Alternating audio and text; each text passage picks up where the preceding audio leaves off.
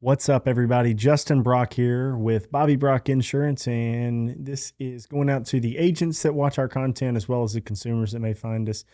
Today, we're going to talk about entitlement reform and what the media is saying, what President Biden is saying, what Rick Scott is saying in Florida, all these different talking heads and media outlets that are portraying all sorts of things.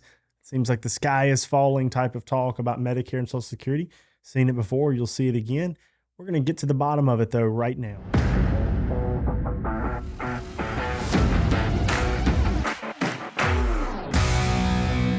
It's crazy. Every 4 years, somehow, I don't know what happens every 4 years, but actually pretty much every two now, it seems like, whether it's a midterm election or a presidential election, there's always some sort of talk about entitlement reform or Social Security, shortfalls, decreases. And so I think, what is really happening here is that the debt ceiling is about to be raised again. I'm not sure what the debt ceiling really is because they raise the thing every year.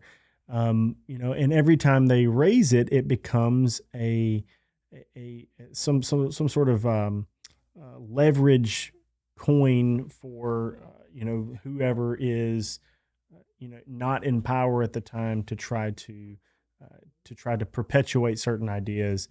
And so what first happened is it looks like the Republicans, some of the Republicans were touting ideas about tying raising the debt ceiling legally to reducing expenses somewhere. Now, there was not anyone that actually said Social Security and Medicare.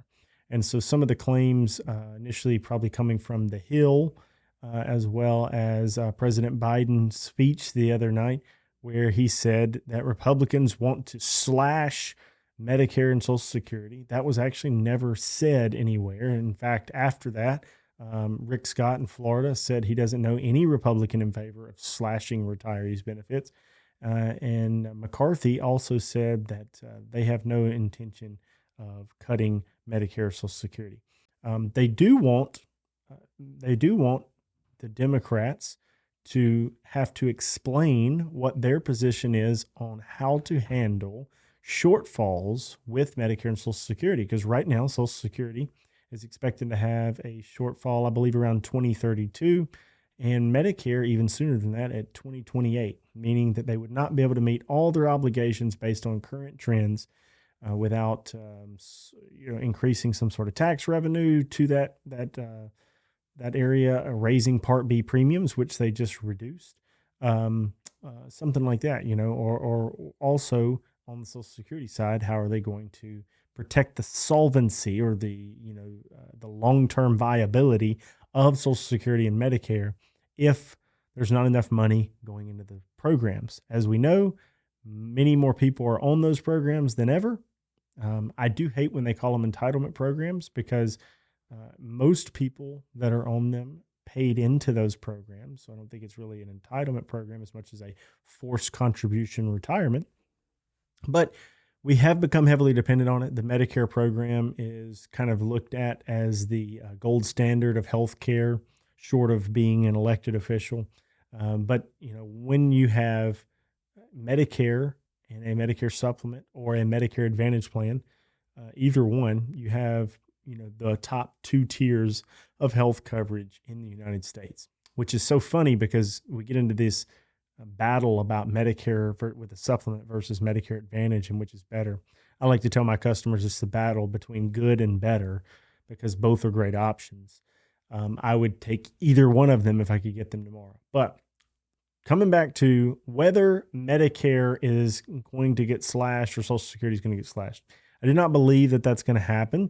I don't believe it's going to happen because I don't believe either party is in favor of sealing their fate as not winning re-election. Politicians, unfortunately, are more concerned with getting elected and making sure that their opponents don't get elected than they are about, with making the proper decisions or actually, coming together for the the sake of a program. They can't come together because they have to be against each other. So this rhetoric that says Republicans are going to end Social Security and Medicare or slash Social Security and Medicare is entirely being used, just like abortion is being used as a topic right now, to try to create division and bring the opponents of the Republicans out to vote so that they will not take the majority in either body of the federal government. It's my personal position, which probably I shouldn't give, but my personal position is that we do better when at least one of the houses, or one of the, either the House, the Senate, or the presidency, is held by a different party than the other two bodies, because when we have a stalemate, at least they can't ramrod through all these policies without having to have some sort of checks and balances system. So, yeah, I don't think anything's going to happen to Medicare and Social Security, although we should be looking at the solvency of Medicare and Social Security. We will not until it's absolutely pertinent.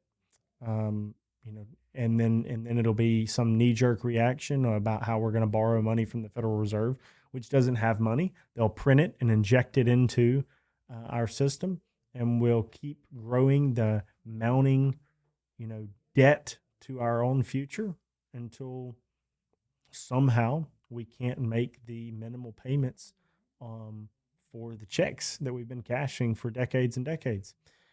I don't know when that is, because based on simple logic, I figured it would have happened already. So maybe modern economic theory is winning, and they're able to stretch that dollar a lot further than I thought they could.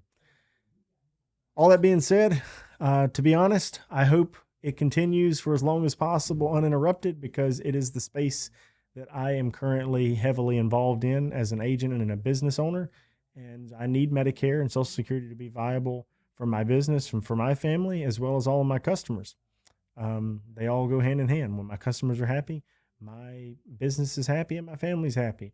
And so the politics of it, I hate because there is no real solution other than deal with it when it has to be dealt with in the most inefficient way, to make sure that we don't upset our constituents, even though sometimes the constituents don't know what's best for them.